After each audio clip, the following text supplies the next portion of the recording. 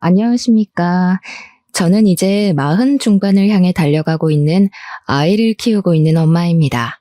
결혼을 한 이후에 저에게 벌어진 믿기 힘든 일에 대해 이야기를 나누고 현명한 조언을 얻고 싶은 마음에 이렇게 사연을 올리게 되었습니다.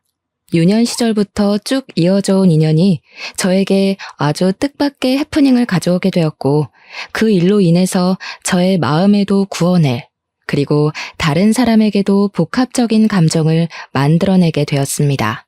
참 어떻게 이 일을 설명해야 좋을지 모르겠지만 차근차근 처음부터 이야기를 한번 풀어보려고 합니다. 어떻게 보면 드라마보다 더 드라마 같은 제 인생 이야기. 이게 정말 현실에서 일어난 일인가 싶을 정도로 대단히 충격적인 이야기를 한번 써내려 가도록 하겠습니다.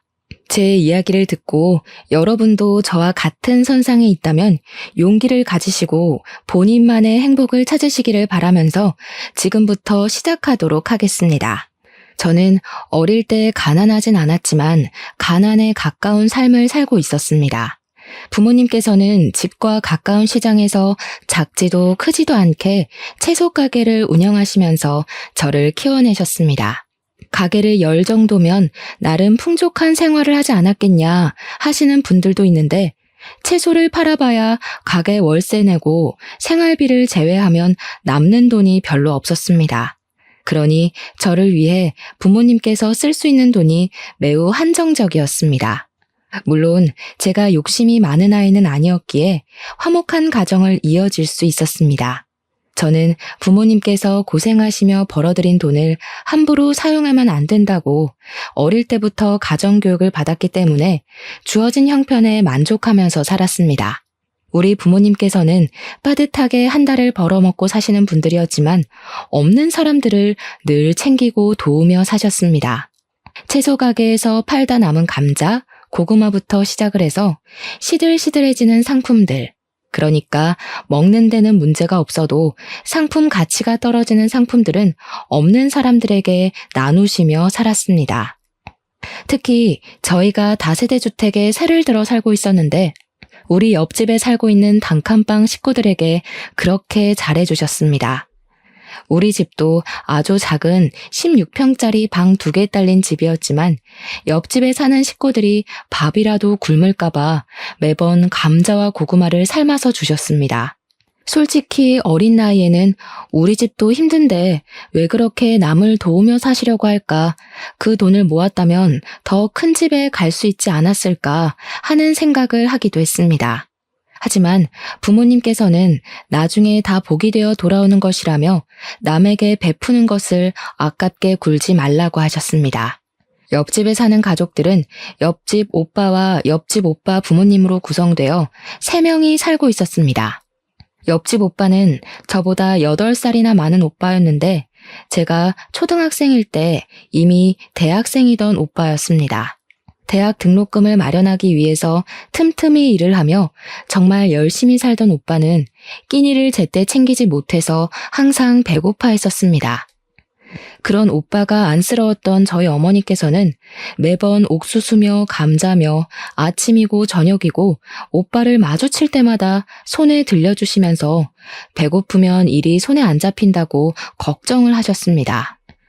옆집 오빠는 처음에는 부담스럽다면서 거절을 했었지만 나중에 들어서는 꼬박꼬박 받아주면서 너무나도 감사하다고, 이 은혜에 절대로 잊지 않겠다고 부모님께 인사를 했었습니다.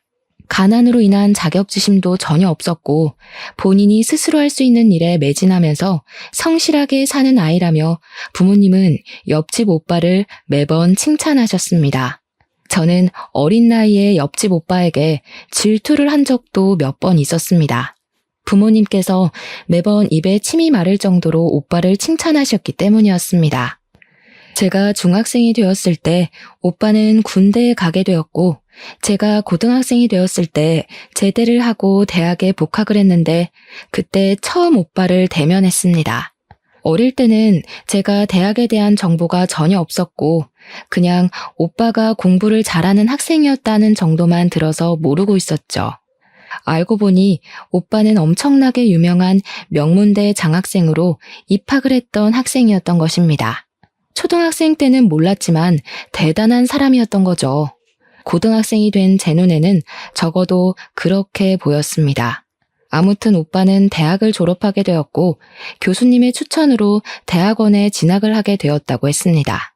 그즈음 제가 수능 공부를 해야 할 시점이었는데 제가 학원을 다녔던 것도 아니고 공부에 엄청난 취미가 있었던 것도 아니라서 성적이 바닥을 기어다니고 있었거든요. 학원을 보내주겠다는 부모님의 말에 저는 무한한 고민에 빠지게 되었습니다. 학원비가 한두 푼도 아니고 부모님의 돈벌이가 넉넉한 것도 아니었으니까요. 거기다가 학원을 다닌다고 제 성적이 수직 상승할 것 같지도 않았고 학교에서 배운 공부에 충실하며 수능을 보겠다고 했지만 현실의 벽은 너무나도 높았습니다. 공부도 재미가 없고 흥미도 떨어지고 하니 손을 놓아버리게 됐고 대학은커녕 공장이라도 취직을 해서 하루빨리 집안의 보탬이 되어야겠다는 생각도 하게 되었습니다. 그렇게 고3이 되었고 저는 진로 상담에서도 갈피를 잡지 못하고 깊은 고민에 빠지게 되었죠. 근데 우연히 제 고민을 알게 된 옆집 오빠가 대학원 생활을 하며 바쁜 와중에도 저에게 개인 과외를 해주겠다고 이야기를 해주었습니다. 그동안 얻어먹은 것들이 한두 개가 아닌데 이렇게라도 보답을 하고 싶다면서 저희 부모님을 설득하기 시작했습니다. 오빠는 과외비는 필요 없다고 했고 지금처럼 배가 고플 때 옥수수도 쪄주시고 고구마도 구워주시면 그걸로 충분하다고 했습니다. 저희 부모님은 그런 오빠에게 미안해하면서도 저에게 공부를 시킬 수 있다고 하니 좋다고 하시며 과외 약속을 잡으셨습니다. 솔직히 저는 공부하기가 싫어서 부모님의 그런 결정이 못내 아쉽긴 했지만 이왕 시작한 거 열심히 한번 해보겠다고 마음가짐을 바로 잡았습니다. 그때부터 옆집 오빠에게 수학, 영어, 국어 과외를 받기 시작했는데 오빠가 정말 가르치는데 소질이 있는지 쑥쑥 문제를 짚어서 알기 쉽게 풀어서 알려주더라고요. 몰랐던 학습의 세계가 열리고 흥미가 막 붙기 시작했지만 제가 그동안 쌓아온 기초가 너무 없어서 그런지 성적이 티가 나게 오르진 않았습니다. 오빠는 많이 풀어보고 틀려봐야 실력이 느는 것이라며 저에게 숙제를 매번 내주었고 저는 학교에서 틈틈이 숙제를 풀어나갔습니다.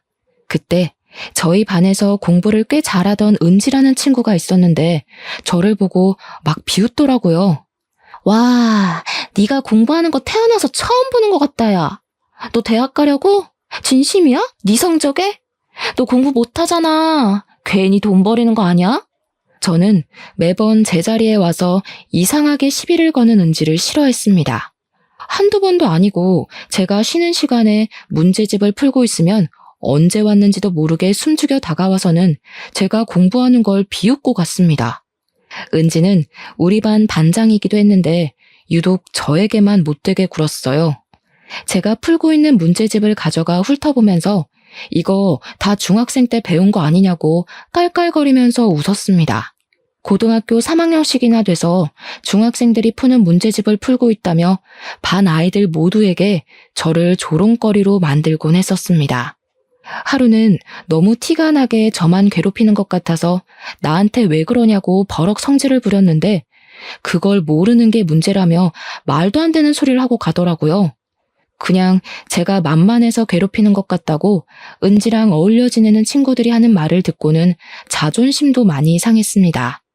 수능을 치를 때가 다가오자 이상한 긴장감으로 배가 자주 아프기도 했고 식은땀이 뻘뻘 나기도 했습니다. 그래도 1년 가까이 옆집 오빠랑 공부를 하면서 모의고사 성적도 꽤 많이 올랐기 때문에 수능날 탈만 나지 않으면 성적은 어느 정도 나올 것 같았습니다. 물론 특출나게 오른 건 아니라서 그래봐야 간당간당한 수준이긴 했습니다. 소위 말하는 인서울은 힘들 것 같았고 수도권이나 지방으로 가야 할 수준이었습니다. 그렇게 수능날이 되었고 저는 무탈하게 수능을 치렀고 학교에 옹기종기 모여서 가채점을 하기 시작했습니다. 예상했던 것보다 성적이 잘 나왔지만 아무리 생각해도 서울에 있는 4년제 대학은 가지 못할 것 같아서 조금 서글퍼졌습니다.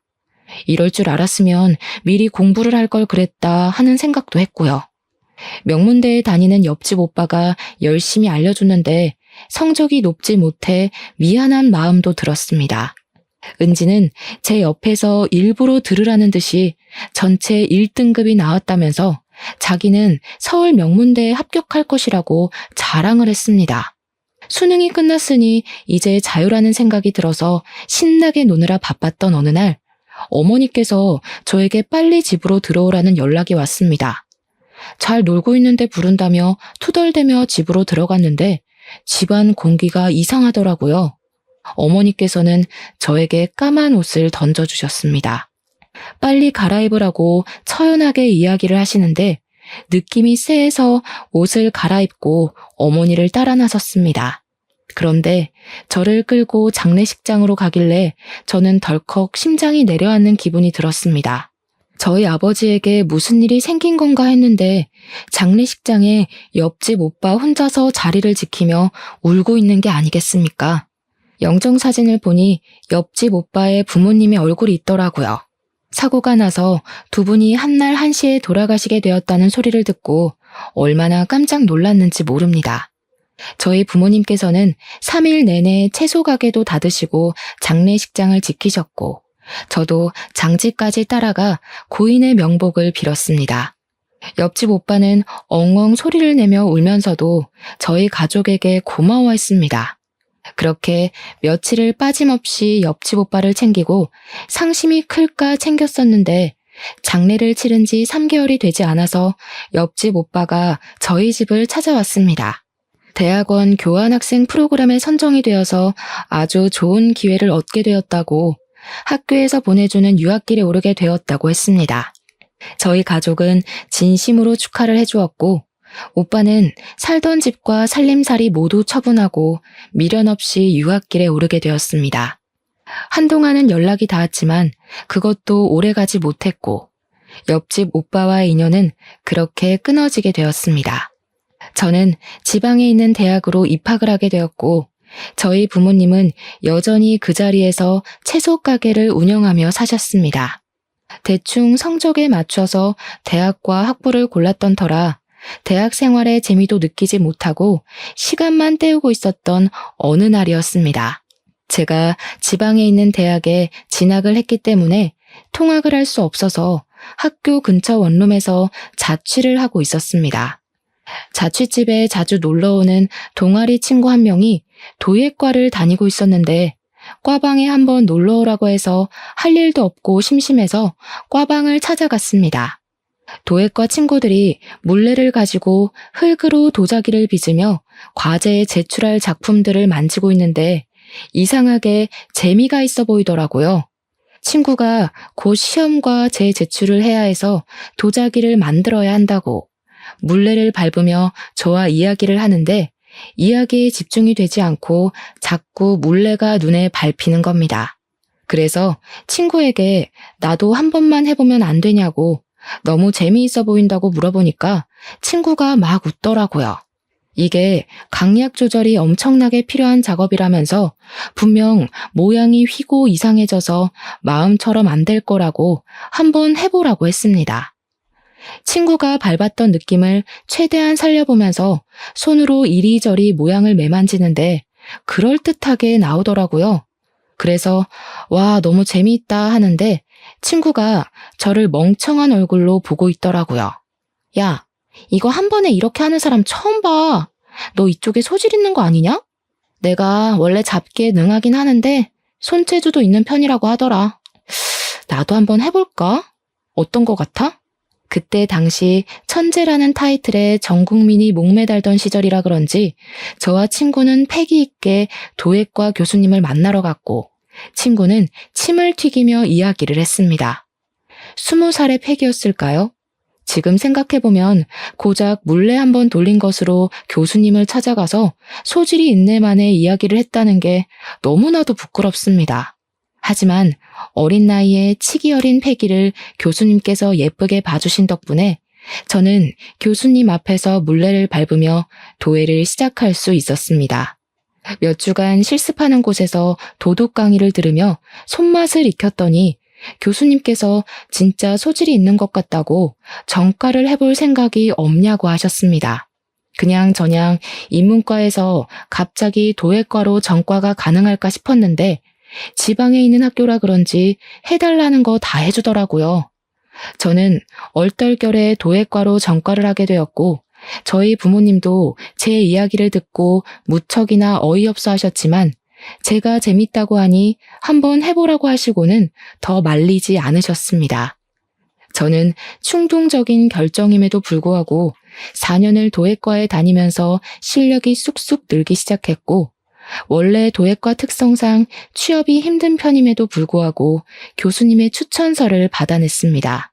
그 추천서 한 장의 위력이 어마어마하더라고요. 저는 친구들이 모두 부러워할 만한 도예가가 운영하는 회사에 취업을 하게 되었습니다. 정말 도자기를 빚는 일을 주력으로 하고 아이들이 체험을 하러 오기도 하는 커다란 화로가 있는 회사였습니다.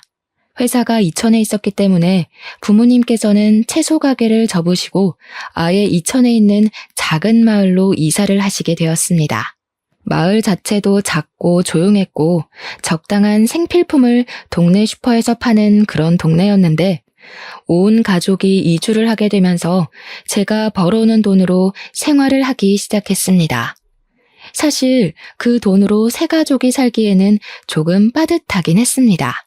그런데 정말 하늘이 도우신 건지 우리 부모님이 나눠 살던 복이었는지 그 마을 바로 옆에 큰 도로가 생기고 대기업 회사가 들어오게 되면서 농사나 지을까 하고 서울에 있던 모든 걸 정리한 돈으로 산 땅값이 어마어마하게 올랐습니다. 정말 20배 가까이 땅값이 오르는 덕분에 저희는 바로 그 땅과 집을 팔고는 회사와 조금 더 가까운 위치에 시내의 아파트를 구매하게 되었습니다.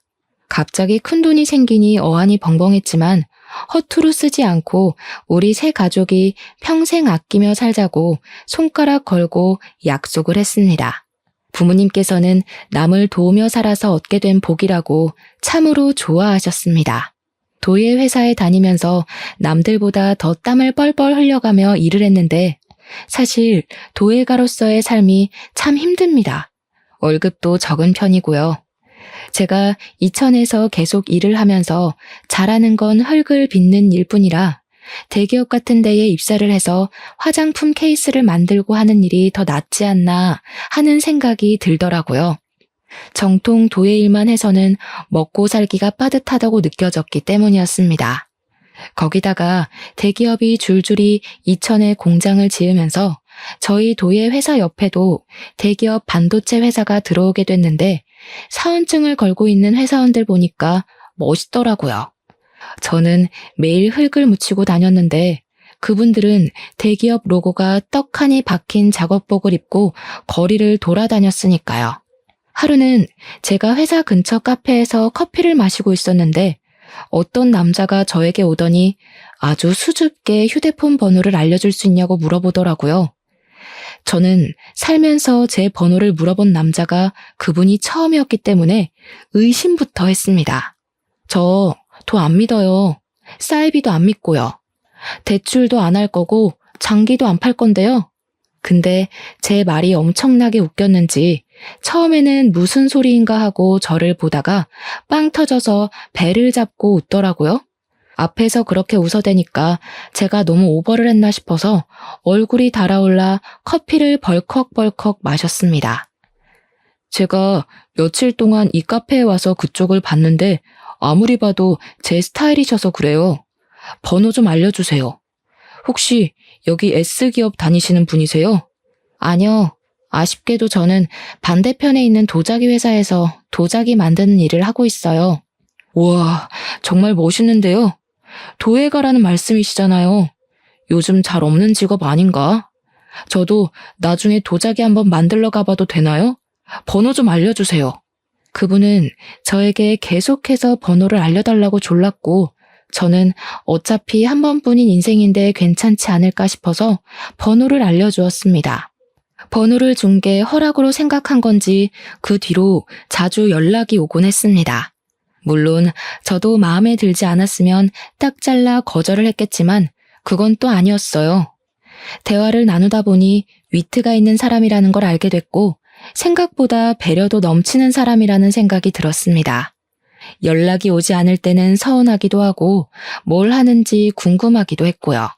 그렇게 시간을 보내다 보니 자연스럽게 연애라는 걸 시작하게 되었습니다. 연애하는 기간 동안 무척이나 순조로웠고 2년이라는 시간을 훌쩍 보내게 되었습니다. 제 나이 30이 되어서 결혼을 하자는 프로포즈를 받게 되었고 시댁에 인사를 드리러 가게 되었습니다. 남편에게는 여동생이 하나 있었는데 남편보다 일찍 결혼을 하고 아이도 낳고 미국에서 지내고 있다고 이야기를 하더라고요. 결혼식 날에 올 수 있을지 잘 모르겠다고 겸연쩍게 시부모님께서 이야기를 하는데 나중에라도 인사를 드리면 되지 않겠나 싶어서 대수롭지 않게 생각했습니다.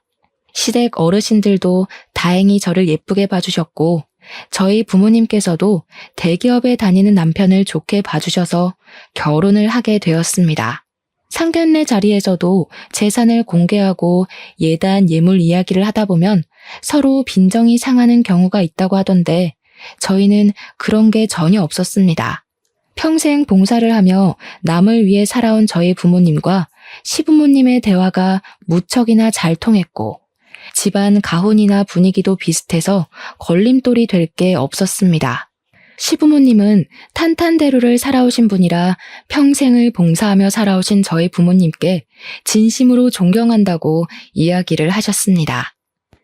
우리 부모님께서는 가방끈이 짧은 저희 가족을 대단한 사람인 양 봐주셔서 감사하다고 대답을 하셨고요. 훈훈한 분위기에서 상견례 자리가 끝나게 되어 가슴 졸일 일은 없었습니다. 무엇보다 남편이 명문대를 졸업하고 대기업을 다니고 있었기에 제가 부족해 보일지도 모른다고 생각했는데 시부모님은 그런 걸 전혀 생각하지 않는 분이셨습니다. 훈훈한 자리 끝에 결혼식 날짜가 다가오게 되었고 참석이 불투명하다고 했던 신우도 결혼식 당일에 드디어 만날 수 있었습니다. 신부 대기실에 찾아와서 저에게 인사를 하는데 신우와 저 둘 다 얼굴이 굳어지고 말았습니다. 신우라고 인사를 한 사람이 다름 아닌 고등학교 시절 저에게 계속 시비를 걸던 우리 반 반장, 은지더라고요. 그날 화사하게 웃기만 해야 할 제 얼굴에서 미소가 사라지게 됐습니다. 은지도 저도 둘 다 똥 씹은 얼굴로 인사를 하게 되었죠. 은지 때문에 결혼을 파투내는 건 말이 되지 않으니 저희는 그날 결혼식을 어영부영 잘 올리고 바로 신혼여행길에 올랐고 여행을 마친 뒤 귀국을 했습니다. 시댁에 인사를 드리러 갔는데 당연히 미국으로 돌아갔을 거라고 생각했던 신우가 떡하니 시댁에 있더라고요. 시댁 분위기는 이상하게 살얼음판이었고요. 이게 무슨 분위기인가 싶었는데 신우가 폭탄을 제대로 터뜨렸더라고요. 나 이혼하고 한국으로 아예 들어오게 됐어. 우리 아들도 당연히 한국에서 내가 키우기로 했고 당분간은 시댁에서 지내려고. 글쎄 우리 남편이 노란머리 여자랑 바람을 피웠지 뭐야? 내가 어이가 없어서 자존심이 상해서 도저히 그 남자랑 못 살겠더라고. 한국에서 명문대도 졸업했고 미국에서 공부까지 한 사람인데 여기에 내가 일할 자리 하나 없겠어? 나도 고향이 그리웠었는데 잘 됐지 뭐. 시부모님은 갑작스런 신우의 말에 머리를 싸매고 누우셨고 신우는 아무렇지 않게 시댁에 자기 짐을 풀고는 뻔뻔하게 눌러붙기 시작했습니다. 그냥 거기서 끝이 났으면 제가 신우 이야기를 할 일도 없었겠죠. 이혼하고 한국에 들어왔다는 것 자체가 자존심이 상한 건지 뭔지 저한테 시비를 걸기 시작하더라고요. 개버릇 남 못 준다고. 저런 식으로 남편의 바가지를 긁어댔으면 남편이 바람을 피우고도 남겠다 하는 생각이 들었습니다. 그러고 보니까 현아 네가 우리 반 밑바닥 성적을 깔아준 덕분에 내신에서 이득 본 친구가 좀 있지 않았니? 너 대학도 지방대 나왔지? 시댁에 가기만 하면 살살 긁어대는 통에 이걸 들이박을까 말까 고민을 했는데 매번 시부모님과 남편이 제 편을 들어주면서 신우에게 쓴소리를 했습니다. 대학을 어디 나왔고 성적이 어떻든 간에 지금 잘 먹고 잘 살면 아무 문제가 없다는 식으로 말입니다. 그럴 때마다 은지는 결과가 최고라는 마인드로 사니까 우리나라에 발전이 없는 거라면서 과정도 중요한 거라고 자기 주장을 펼치더라고요. 고등학교 시절에는 내가 적성에 맞는 걸 찾지 못해서 고생하긴 했지. 다행히 대학에 가서 나에게 맞는 일을 찾게 됐어.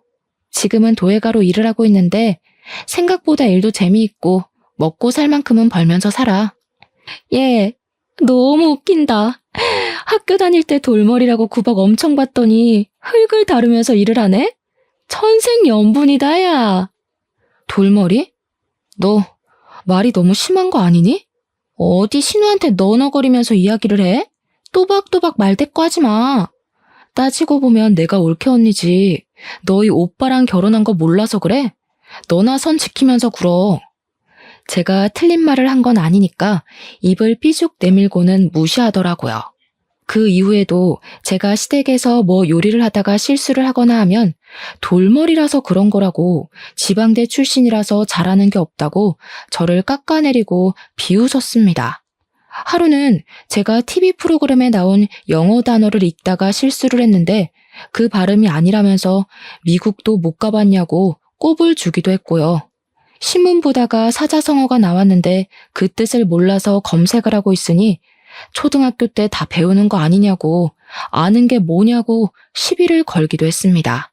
신우가 그런 식으로 하나하나 말꼬리를 잡고 늘어지니까 저도 시댁에 방문하는 것 자체가 스트레스였습니다.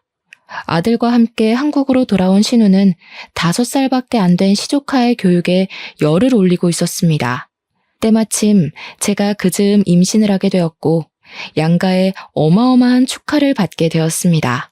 신우는 저에게 일찌감치 아이 교육을 어떻게 시킬지 정해야 된다면서 자기를 보고 배우라는 식으로 말을 하더라고요. 근데 저는 생각이 조금 다르긴 했습니다. 공부를 아무리 해봐야 적성에 맞는 일을 찾는 게 더 중요하다는 생각을 했거든요. 제가 친구를 따라 과방에 놀러 가지 않았더라면 제가 과연 도예가의 길을 걸을 수 있는 기회가 있었을까요? 저는 공부가 전부라고 생각하지 않았습니다. 그런데 신우는 그런 제 의견을 깡그리 무시하고는 시조카에게 공부를 하지 않으면 큰엄마처럼 대학도 후진 곳을 나와야 하고 평생 몸을 쓰면서 살아야 한다고 이야기를 하더라고요. 그 이야기를 들은 남편이 신우의 머리채를 잡을 기세로 달려들었는데 제가 말리지 않았더라면 아마 원형 탈모처럼 머리카락이 우수수 빠졌을 겁니다. 신우는 가족들이 불편해하는 걸 알면서도 저를 무시하는 걸 멈추지 않았고 5살밖에 되지 않은 시조카를 영어 유치원에 보내겠다고 난리를 쳤습니다. 그뿐만이 아니라 과외를 시켜야 한다면서 선생을 알아보고 추가 공부를 시킨다고 학원 문도 두들겨 보더라고요. 더 웃긴 건 신우는 일을 하지 않고 있어서 그 돈이 모두 시부모님의 주머니에서 나오고 있었다는 겁니다. 시조카는 국적은 미국 국적이었으나 한국에서 살고 있었음에도 한국말을 제대로 구사하지 못하고 있었습니다. 제가 다른 것보다 국어 공부를 먼저 해야 하는 거 아니냐고, 방문학습이라도 시키는 게 좋지 않겠냐고 넌지시 의견을 보탰죠. 그러니까 저한테 영어가 세계 공통어인 거 모르냐면서 한글은 크면 자연스럽게 쓰고 읽고 할 수 있다고 차라리 수학 과외를 시키겠다고 하더라고요. 5살이면 한창 놀이터에서 뛰어놀아야 할 시기인데 정말 신우의 욕심이 하늘을 찌르더라고요. 저는 10달을 꼬박 품은 아이를 출산했고 육아휴직을 하게 되면서 2년이나 회사 일을 쉬게 되었습니다. 2년 만에 다시 이천으로 출퇴근을 하려고 하니까 너무나도 힘들더라고요. 제가 육아휴직을 하는 동안 남편이 본사로 발령이 나면서 저희가 서울로 이사를 오게 되었거든요. 집에서 육아만 하다가 서울에서 이천까지 매일 운전을 해서 출퇴근을 하려고 하니까 몸이 축나는 기분이었습니다. 남편 월급이 꽤 되긴 했지만 그래도 돈을 벌어야 된다는 생각에 도예를 하면서 돈을 벌었는데 이 도예 사업이라는 게 참 어렵더라고요. 저는 결국 도예가 선생님의 곁을 떠나 서울에서 공방을 열어보기로 결심을 했고 부모님께서 조금의 도움을 주시겠다고 하셨습니다. 제가 눈여겨보던 매물이 부동산에 나왔기에 바로 계약을 하고 작은 공방을 열 수 있었습니다. 다행히 위치가 좋아서 작은 화로까지도 둘 수 있었습니다. 고열로 구워야 하다 보니까 일반적인 건물에서는 화로를 두기 어려웠었는데 단층 창고 같은 건물을 통으로 쓸 수 있어서 화로도 구비할 수 있었습니다. 공방은 인터넷을 통해서 입소문을 타기 시작했고 예약이 가득 찰 정도로 장사가 잘 되었습니다. 아무래도 서울 한복판에서 그런 체험을 할 수 있는 곳이 없다 보니까 희소성에 대한 가치를 인정받은 셈이죠.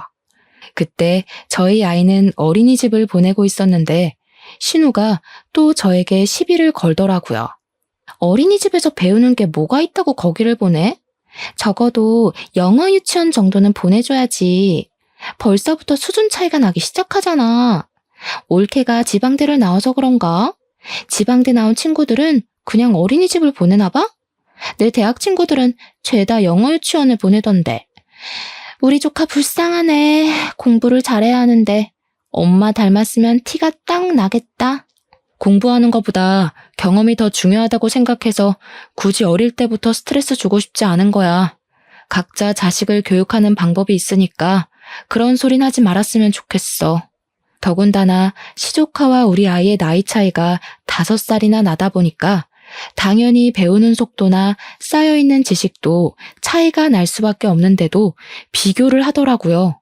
우리 애는 이것도 하고 저것도 하고 그 나이 땐 이미 다 했던 건데 하면서요.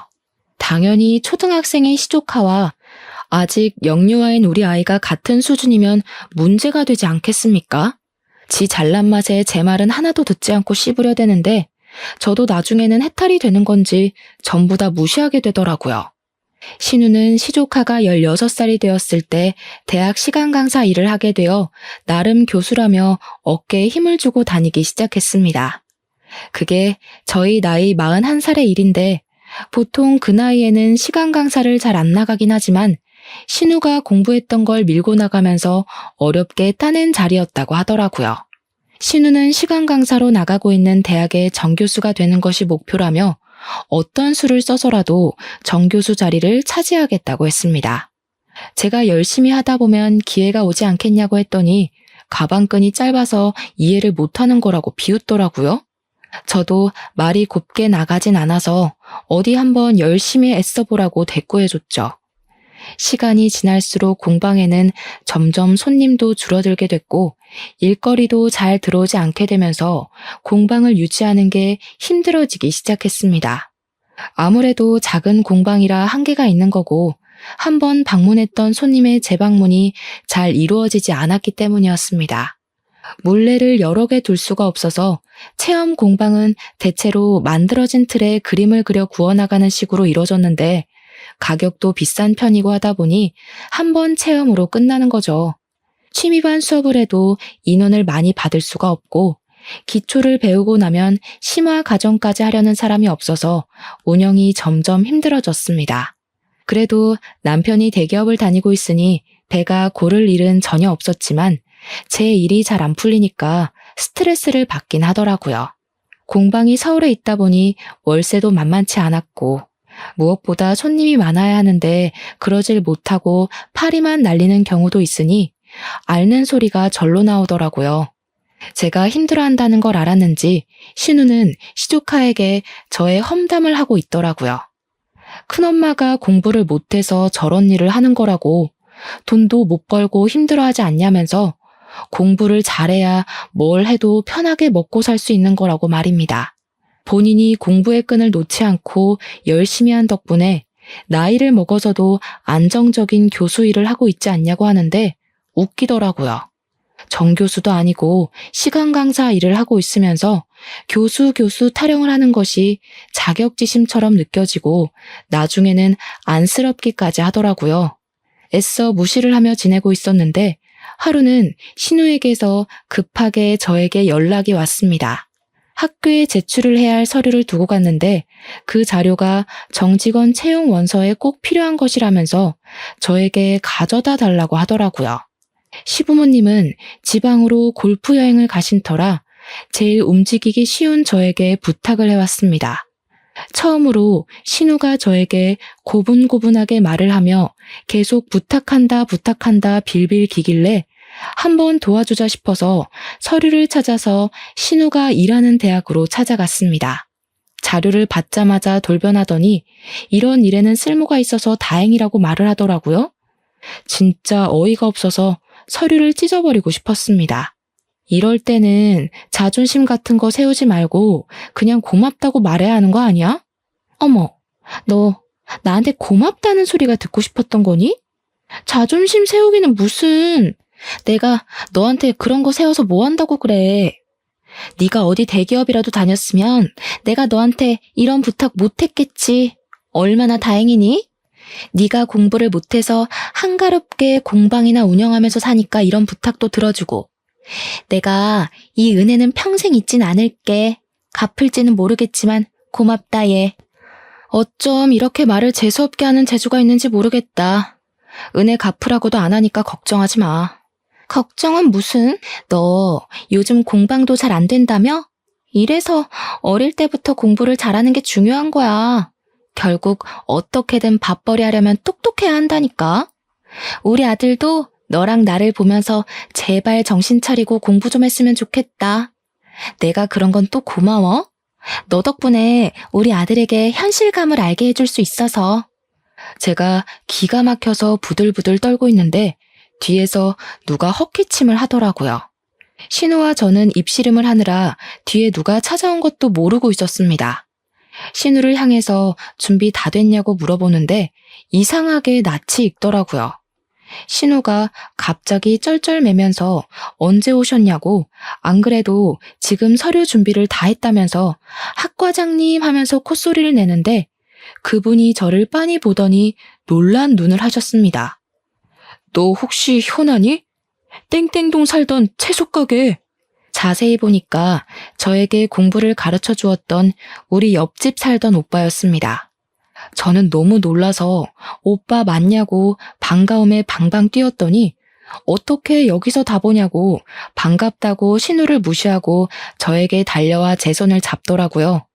신우는 황당한 얼굴로 둘이 어떻게 하는 사이냐고 제 옆구리를 찔렀고, 저는 옆집 살던 오빠라고, 제 과외를 해주던 오빠라고 이야기를 했습니다. 그러고 보니 은지 네가 나한테 무슨 중학생이 풀만한 문제집을 풀고 있냐고 했던 게 생각이 나네. 그거 오빠가 과외할 때 내준 숙제였는데. 오빠 덕분에 대학도 못 갈 것 같았던 내가 대학도 가고 거기서 적성도 찾아서 지금은 도예가로 일하고 있어요. 내가 학교 다닐 때 언제 그랬다고. 참나. 아무튼 인연이 닿으려고 하니까 이렇게 닿네요, 학과장님. 신기하죠? 근데 옆집 오빠는 이미 신우가 저에게 뾰족하게 날을 세우고 했던 말들을 모조리 들었던 것 같습니다. 표정을 굳히고는 풀지 않더니 신우가 내민 서류를 다시 신우 손에 들려주더라고요. 내가 추천서에 사인을 해주긴 좀 어려울 것 같네. 거기다가 내 가족이나 다름없는 사람에게 그런 말을 뱉는 걸 보니 인성도 별로인 것 같구먼. 그런 사람이 대학 강단에 서서 어떻게 아이들을 바른 길로 인도할 수 있겠나? 사회의 모범이 되어야 할 사람인데 말이야. 갑자기 이러시는 게 어디 있어요. 가족이나 다름없는 사람이라뇨. 얘랑 가족은 전데요? 그럼 저랑도 가족이잖아요. 우리가 언제부터 가족으로 묶인 사이였니? 항상 네가 날 무시하고 깎아내리기 바빴지. 오빠, 어떻게 지내셨길래 여기서 학과장을 하고 계신 거예요? 저희 부모님은 채소 가게 접으신 지 오래됐어요. 지금은 이천으로 이사를 가셨고요. 일이 술술 잘 풀리는 덕분에 지금은 노후를 즐기면서 보내고 계세요. 안 그래도 한국에 들어오고 나서 얼마나 찾았는지 몰라. 가게도 사라지고 집도 이사를 하고. 여기서 이러지 말고 커피 한잔 하러 가지. 신우가 발을 동동 구르면서 따라오다가 옆집 오빠가 왜 따라오냐고, 무슨 볼일이 더 남았냐고 차갑게 이야기를 하자 그 자리에 우뚝 서더라고요. 신우가 울상이 되어서 저를 바라보는데 얼마나 고소하던지 20년 묵은 체증이 확 내려가는 듯한 기분이 들었습니다. 옆집 오빠는 미국으로 유학을 가게 된 이후에 학교에서 내어준 장학금으로 미국의 유명 대학원을 졸업했다고 했습니다. 한국으로 돌아와 강사일부터 시작해서 지금은 학과장까지 오르게 되었다고, 옆집 오빠가 연구하는 분야에서는 영향력이 있는 사람이 되었다고 하더라고요. 대기업 같은 곳에서 초청 강의 제안도 들어오고 하루가 어떻게 돌아가는지 모르게 바쁘게 살고 있다고 했습니다. 나름 인터넷에 이름을 검색해도 나온다면서 너스레를 떠는데 저는 참 오빠를 단 한 번도 찾아볼 생각을 하지 못했네요. 부모님께 전화를 걸어서 옆집 오빠와 연결을 해주기도 하고 오랜만에 만나서 정말 즐거운 시간을 가지게 되었습니다. 그날 이후 신우는 정교수가 되지 못했다면서 저를 원망하기 시작했고 도를 넘어서는 바람에 시댁에서도 구박덩어리가 되었습니다. 당연히 다니던 학교 시간 강사 일에서도 밀리게 되어서 백수나 다름없는 인생을 살게 되었습니다. 저에게 히스테릭하게 굴 때마다 시부모와 남편이 옆에서 제 편을 들어주니 신우는 점점 망가지고 말았습니다. 신우는 모든 스트레스를 시조카에게 풀기 시작했고 문제를 하나라도 틀리면 너 죽고 나 죽는 거다 하면서 시조카를 압박하기 시작했습니다. 자기보다 훨씬 공부를 잘해야 하고 명문대 아주 귀에 피딱지가 않도록 노래를 부른 거죠. 기말고사를 본 시조카는 성적이 원하는 대로 나오지 않자 스트레스를 견디지 못하고 그만 이대로 세상을 뜨겠다고 나쁜 시도를 하고 말았습니다. 새벽에 갑작스러운 시부모의 연락에 남편과 저는 혼비백산하여 응급실을 찾았고 거기서 파리해진 신우를 만날 수 있었습니다. 너 이런 식으로 애한테 스트레스 주고 할 거면 차라리 애를 네 남편에게 보내. 너 때문에 이게 무슨 일이야.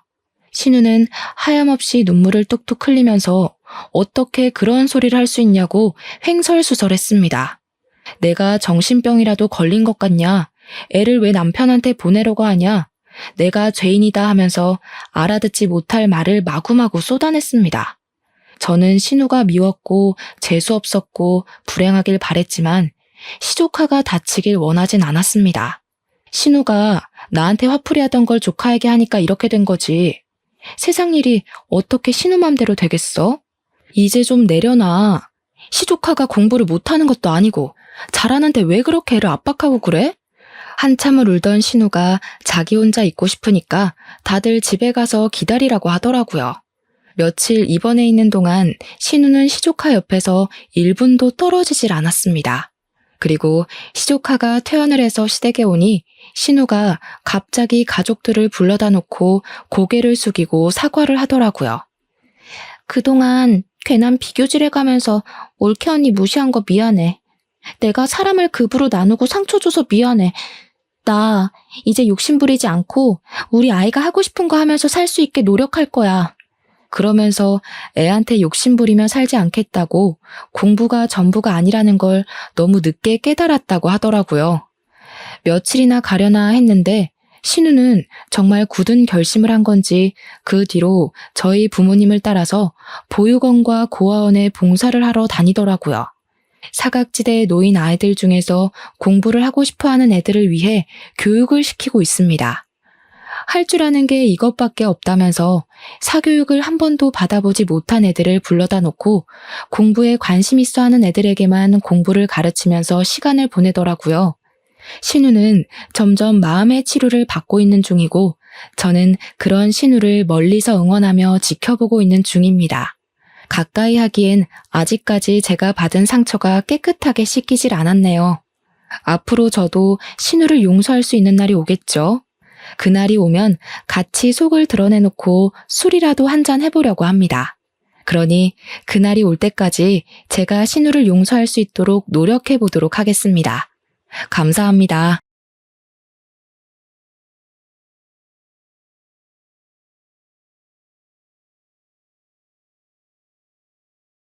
안녕하세요. 저는 외동아들과 손녀랑 살고 있는 엄마입니다. 우리 아들이 근래에 이혼을 했어요. 앞으로 평생 남을 이 상처를 어떻게 위로해주면 좋을까 조언을 좀 얻고 싶어서 이래저래 알아보다가 사연까지 오게 되었네요.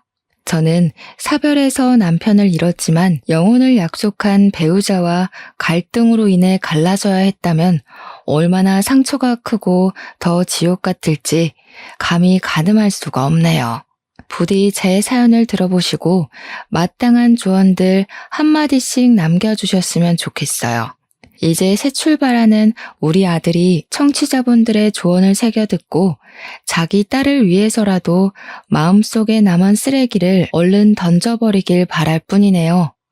너무나도 어여뻤던 저의 며느리 이야기를 좀 해볼게요. 아들이랑 며느리는 대학교 때 만나서 만남을 쭉 이어왔습니다. 서로의 관계에 모난 곳 없어서 결혼까지 하게 되었는데요. 둘이서 꽤 오래 만났기에 저는 며느리를 일찌감치 알고 있었어요. 아들이 워낙 며느리를 자랑하기도 했지만 며느리가 아들 따라서 몇 번씩 저희 집 앞을 왔을 때 저랑 마주쳤었거든요. 처음 마주쳤을 땐 너무 희고 고운 처자가 우리 집 앞에서 우리 집을 쳐다보고 있길래 어디 교회에서 홍보 오러 온 전도사 아가씨쯤 되는 사람인 줄 알았어요. 제가 누구냐고 물어보니까 저를 반기는 얼굴이 아주 환하고 친절했거든요. 그런데 나중에 아들이 뒤늦게 나타나서 며느리를 소개해주는 덕에 아들과 만나고 있는 짝이라는 걸 알았습니다. 그게 며느리와의 첫 대면이었죠. 며느리 인상은 막 화려한 편은 아니었어요. 굳이 이미지로 비유를 하자면 제가 어디 기독교 처자로 착각했을 만큼 전도사나 수녀 인상 같은 느낌이 강했습니다. 선이 곱고 전체적으로 청순한 분위기였어요. 다 늙은 제가 봐도 예쁘장하니 눈길이 가는데 아들 눈에는 얼마나 좋아 죽을 만큼이겠습니까? 아들은 제게 며느리의 존재를 한번 들킨 이후론 더 과감하게 집으로 데려오기 시작했어요. 초반에 저는 애들을 위해서 자리를 비켜주고 애써 방에 들어가 나오질 않고 그랬습니다. 애들이 저를 불편해할 것 같기도 했지만 사실은 반대로 제가 며느리의 존재가 불편했기 때문도 있었죠. 그렇다고 아들에게 데려오지 말라고 할 수도 없는 법이잖아요. 제가 조금 불편하고 마는 게 나았어요. 그런데 사람 관계란 것이 참 신기해요. 낯선 사람이라도 얼굴 자주 보이고 마주보며 웃는 날이 늘어가면 정이 든다고 며느리와 알고 지낸 지 한 해 두 해가 넘어가자 더 이상 제가 자리를 피하지 않게 되더라고요. 저도 모르게 며느리에게 먼저 인사를 하기 시작했고 밥 한 끼라도 더 먹여서 보내려고 잔소리하기도 했어요. 그렇게 지내다 보니 저와 아들 그리고 며느리의 관계는 5년이 지난 어느덧 당연한 사이가 되어버렸습니다. 며느리는 당연하게 저를 어머님이라 불렀고 저는 며느리를 딸처럼 이름을 부르게 되었죠. 게다가 한두 해 지났을 땐 아들을 통해서 며느리를 챙겼던 걸 그 이후에는 며느리에게 직접 연락해 며느리만 집으로 불렀던 적도 많아졌습니다. 사실상 저희들은 애들 식만 안 올렸지 이미 한 식구나 다름없었어요. 애들이 결혼을 하게 된 건 자연스러운 순서나 마찬가지였습니다. 각자 일을 하느라 바빠서 자꾸 결혼을 미뤘던 거지 사실 언제 해도 상관없는 상태였어요. 결혼 자금은 당연히 각자 마련이 되어 있는 상태였고 결혼 허락은 더더욱 필요 없었고요. 그래서 그런가 애들이 더 마음 놓고 날짜 잡는 것에 그리 큰 신경을 안 두더라고요. 저도 애들 뜻 존중해서 나중에 여유 생길 때 결혼하면 되지 싶어 내버려 뒀습니다. 그래서 우리 애들이 식 언제 올렸냐면요. 더 이상 미룰 수 없는 시기가 와버렸을 때였어요. 며느리가 임신을 했거든요. 임신 사실을 알고 나서부터는 결혼식이 속전속결로 이루어졌습니다. 저까지 덩달아 바빠져서 그 시기에는 한참 정신이 없었네요. 그래도 마음만큼은 편했습니다. 애들이 언제 결혼하든 그건 애들 마음이니 상관없다 했지만 저도 모르게 애들이 얼른 가정을 꾸려 안정적인 미래를 갖고 가길 바랬나 봐요. 법률상 가족이 되니까 몰랐던 불안감까지 다 해소되어 버리더라고요. 특히 며느리가 우리 집 며느리로 들어와 준 것이 가장 만족스러웠어요. 제일 안심한 일이기도 했고요. 우리 며느리는 다시 말하지만 행동거지가 참 참했고 주위 사람들도 1등 며느리감이라 칭찬했을 만큼 야무진 사람이거든요. 공부 잘하지, 일 잘하지, 예의 바르지, 또 자기 관리 아주 투철하지. 우리 아들 또한 어디 내놔도 부끄럽지 않을 정도로 자랑스러운 자식인데 우리 아들 다음으로 자랑스러운 자식이 또 있다면 그게 바로 며느리가 아닌가 생각했을 만큼 저 그때 며느리에게 아주 흠뻑 취해 있었습니다. 아무튼 드디어 허물뿐만이 진정한 부부가 둘은 결혼하고서 저와 합가하기를 원했어요. 그 소리를 듣고 좀 놀랐습니다. 저는 당연히 둘이 분가하길 원했거든요. 젊은 애들이 가정을 꾸렸으면 자기들만의 방식으로 살아야 되는데 제가 있으면 방해만 될 거 아닙니까? 또 저는 과거에 시모의 존재가 곁에 있는 것만으로도 부담스러웠거든요. 저는 제가 좋아하는 며느리에게 그런 작은 부담도 주고 싶지가 않았어요. 그래서 합가는 절대 염두도 안 두고 있었습니다. 근데 아들이랑 며느리가 동시에 찾아와선 저더러 같이 이사하자는 거 아니겠어요? 이미 집을 구했다면서 말이죠. 됐다니까 그러네. 괜히 예쁜 신혼 분위기 우중충하게 죽일 일 있나. 나 혼자 남을 거 신경 쓰여서 그러는 거면 걱정 마. 내가 한두 살 애도 아니고 혼자서도 어련히 잘하지. 어머님 혼자서 잘하시는 거 알죠? 그럼 이런 이유는 어떠세요? 제가 집안일을 아직 못 배워서 서툴거든요. 어머님께서 한동안 같이 지내시면서 좀 가르쳐 주시면 안 될까요? 저 뱃속에 아이도 있는데 집안일까지 감당 안 되면 힘들 것 같아서요. 제가 결국 합가를 허락하게 된 이유가 바로 이것입니다. 며느리가 임신 중이란 사실을 망각했던 건 아니지만 며느리가 추후 집안일 신경 쓰느라 몸 관리를 못할 수도 있다는 사실은 깜빡해버렸어요. 생각보니까 애들이 맞벌이하기 때문에 아이를 출산하는 것과 상관없이 밥조차 제대로 못 챙겨 먹을 것 같더라고요. 곰곰이 고민해보니 분가하면서 세금을 이중으로 내며 서로 마이너스 영향만 받을 바엔 합가하는 쪽이 훨씬 긍정적 영향이 많다는 걸 깨달았습니다. 그래서 저는 아들과 며느리의 제안을 받아들였고 애들 신혼집으로 이사를 가게 되었죠. 민폐가 되지 않겠다고 다시 한번 마음 다잡으면서 어쩌면 잘된 일이라고도 생각했어요. 요즘 젊은 사람들 여자고 남자고 다 일하니까 집안일에 능통하지 못한 거 당연하잖아요. 저 같은 옛날 여자들이야 집안일에 도가 텄죠. 주부 구단이란 말은 저 때나 있는 말이기도 하고요. 또 며느리가 건강하게 순산을 하려면 제가 이리저리 챙길 것이 많을 것 같았어요. 사돈댁은 지방이라 너무 멀어서 한 달에 한 번 오는 것도 버겁거든요. 딸을 둔 엄마 입장에서 임신한 딸이 얼마나 걱정되겠습니까? 저라도 대신 며느리 챙기면서 사부인 마음 놓게 해야죠. 며느리는 일 인계할 사람 구해지고 난 후에 휴직계를 냈습니다. 그리곤 저랑 둘이 집에서 시간을 많이 보냈어요. 저는 며느리를 위해서 늘 산모에게 좋은 음식이나 약, 운동 등을 강구하기도 했어요. 며느리는 며느리로서 저를 잘 따라주었습니다. 저희는 아들 없이 함께 보내는 시간에도 갈등 한 번이 없었어요. 마음 잘 맞는 며느리를 만나면 이렇게 잘 지낼 수 있다는 걸 우리 며느리를 통해서 알았네요.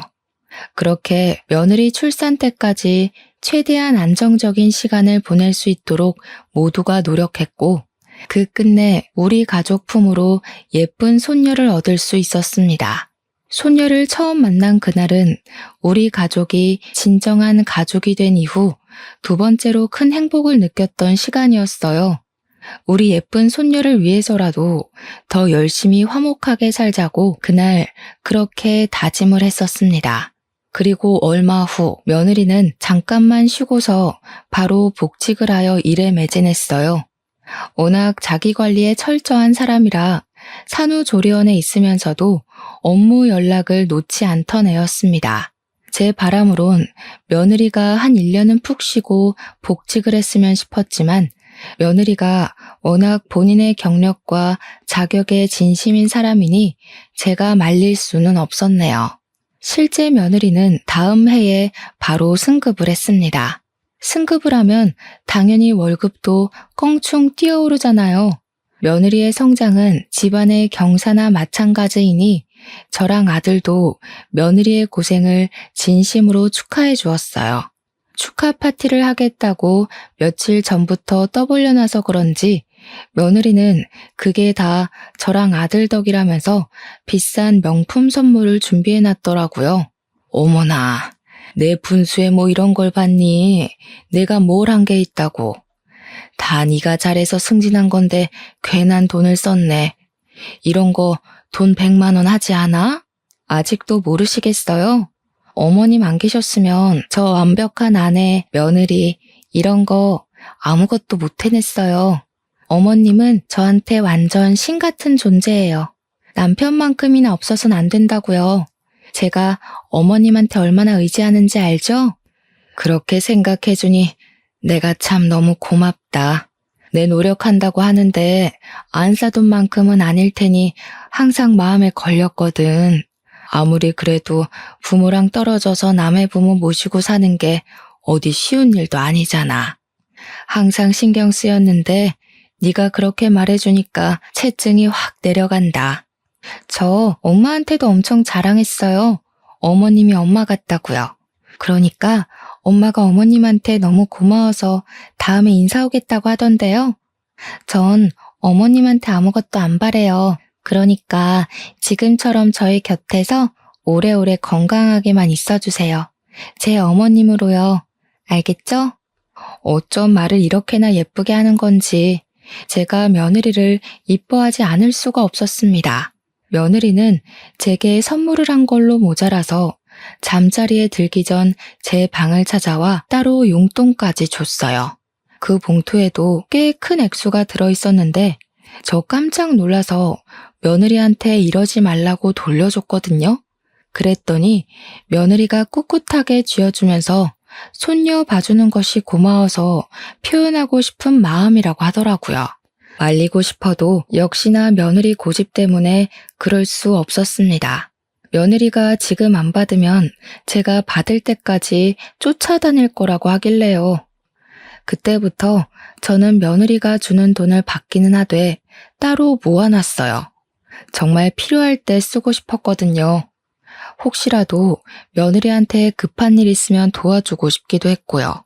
어쨌든 갈수록 더 애틋하고 감사한 며느리의 마음에 화답하고 싶었던 저는 그 마음을 몸으로 때웠습니다. 아들뿐만 아니라 며느리가 끼니 건강하게 먹고 일할 수 있도록 식단에 특히 신경 썼고 집안일은 내 선에서 처리했고 예쁘게 낳아준 손녀까지도 애들 성가시지 않게 잘 돌봤죠. 남들이 봤을 때 가사 도우미냐 베이비시터냐 그렇게 볼 수도 있어요. 저는 우리 아들과 며느리가 저로 인해 편하게 일 보고 다닐 수 있으면 그것이 제가 할 수 있는 일의 최선의 일이라고 생각했습니다. 각자 맡은 바의 역할을 잘 해냈기 때문인지 우리 식구는 다 잘 지냈어요. 갈등은 당연히 없었고 가족으로서 적당히 어울리고 서운하지 않을 만큼 거리를 뒀었죠. 정말 다 좋은데 당연히 약간의 아쉬움도 존재했어요. 그건 며느리가 승급하고 나서 회식 많아지고 갈수록 일도 많아지고 퇴근도 늦어졌다는 건데요. 사실 높은 자리에 올라간 사람이니 당연히 바쁜 거잖아요. 이건 아쉬워도 어쩔 수 없다는 걸 알아서 그저 제 마음속에만 묻어두고 있는 점일 뿐이었어요. 그런데 딱 이대로만 쭉 지냈다면 저만의 아쉬움도 그러려니 하고 묻혔을 것을 하필 그 시기에 모든 게 들춰지고 말 계기가 시작되어 버렸습니다. 그 발단은 승승장구하던 며느리와는 반대로 우리 아들은 회사가 부도나 해고를 당했다는 거예요. 어쩔 수 없는 부당 해고였죠. 그나마 다행이라고 볼 수 있는 건 며느리 덕분에 우리 집이 먹고 살기 어려운 형편은 아니었다는 겁니다. 아들은 해고를 당하고 한 일주일은 알아 누워 있었어요. 딸을 볼 낯도 없어서 밥상머리 앞에 제대로 앉아있지도 못했죠. 게다가 결혼하고 나서 끊었던 담배까지 다시 찾아서 피기 시작했습니다. 한날은 새벽에 화장실 가는 길에 베란다에서 기척이 들려서 내다봤는데요. 아들이 울고 있더라고요. 딸이 태어나고 난 후로는 한 번도 웃음을 잃지 않았던 아들인데 아무래도 청춘을 바쳤던 직장에서 부당해고를 당했으니 쉽게 일어설 수가 없나 봅니다. 아들만의 시간을 괜히 방해하고 싶지 않기도 했고 아들의 자존심을 지켜주고 싶어서 저는 그 모습을 모른 채 하고 돌아섰네요. 저도 그날 밤은 유독 마음이 편치 않아 뜬 눈으로 날을 보냈습니다. 제가 아들을 위해 할 수 있는 일은 더 아무렇지 않게 대하는 거였어요. 더 딸과의 시간을 보내도록 강요하는 거였고요.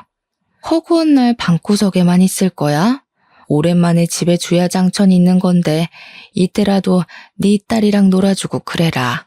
애가 아빠 얼굴도 까먹겠네. 일부러 아들을 더 타박하기도 했죠. 그럴 때면 아들은 어쩔 수 없이 방에서 기어나와 자기 딸을 한번 안아보곤 했어요. 우리 손녀가 참 장한 것이 울지를 않는다는 건데요. 누굴 닮아서 그런가 웃음이 많아요. 자기 아빠를 보고도 잘만 웃더라고요. 그것 때문에 아들이 딸을 보고 눈물을 못 참고 터뜨리는 걸 보고서 저는 자리를 비켜버렸습니다. 그리곤 며칠 뒤였어요. 아들이 갑자기 옷을 챙겨 입고 외출을 하더라고요. 딸과 인사 한번 하더니 저한테 아르바이트 다녀온다고 하는 거 아니겠습니까? 세상에 돈 벌 수 있는 데가 거기만 있는 것도 아니고 아르바이트 하면서 다른 직장 알아보려고. 나보다 나이 더 많은 사람들도 취업 뛰는데 정도면 아직 젊잖아. 아들이 딸이랑 시간을 보내더니 용기를 얻었나 보더라고요. 자식이 있어서 가만히 있을 수 없었던 아들은 끝내 배달 아르바이트를 먼저 시작했습니다. 자랑스러웠어요. 우리 아들이 한층 성장한 어른 같았고 한 집안의 가장으로서도 자격이 있는 것 같아 뿌듯했습니다. 그런데 며느리는 아들이 배달 일을 한다고 하니까 좀 못마땅했나 봐요. 어느 날 방에서 아들이랑 며느리가 처음으로 투닥거리는 소리가 들리더라고요. 제가 감히 끼어들 사이는 아니라고 생각했지만 대화 내용이 바깥까지 들려서 집중을 안 할 수가 없었습니다. 아무리 그래도 그렇지. 여의도 구간 도는 거면 나 회사 다니는 동네잖아. 우리 회사 사람들이 당신 알아보기라도 하면 어떡해? 당신은 와이프가 회사에서 창피당했으면 좋겠어? 내 생각은 안 해? 너네 회사 주소로 된 배달은 안 받으면 되잖아. 그리고 그 사람들이랑은 결혼식 때 한 번 봤는데 뭘 어떻게 알아본다는 거야? 우리 회사 사람들이 눈썰미 얼마나 좋은데 우리 청첩장 돌렸을 때 당신 얼굴 팔렸거든? 우리 집이 배달해야 될 정도로 어려운 게 아닌데 왜 뜬금없이 나서서 고생하냐고. 너무 안타까운 상황이라 생각했습니다. 어쩌다가 사이좋던 애들이 이렇게까지 싸우는 일이 와버렸는지. 부부 일에 이래라 저래라 참견할 입장이 못 되었던 저는 그저 손녀만 안고서 자리를 피할 수밖에 없었어요. 속으로 애들끼리 지혜롭게 관계를 잘 풀어나가길 빌 뿐이었죠. 그런 상황에서 갈수록 안타까운 건 우리 손녀였어요. 엄마라는 사람은 높은 직급이라 바쁘고 아빠라는 사람은 늦은 밤까지 아르바이트 뛰느라 바쁘니 우리 손녀가 시간이 지날수록 더 부모 품에 안겨보질 못하는 겁니다. 한참 중요할 시기인데 이래도 되나 싶어 저도 점점 마음이 조급해지더라고요. 손녀가 저를 좋아해서 울지 않는 건 다행이지만 멀리 생각해보면 이게 다행인 줄도 모르겠어요. 확실히 이때부터 저희 가족이 뭔가 잘못되고 있는 기운은 느껴졌습니다. 그렇게 어느 날이었어요.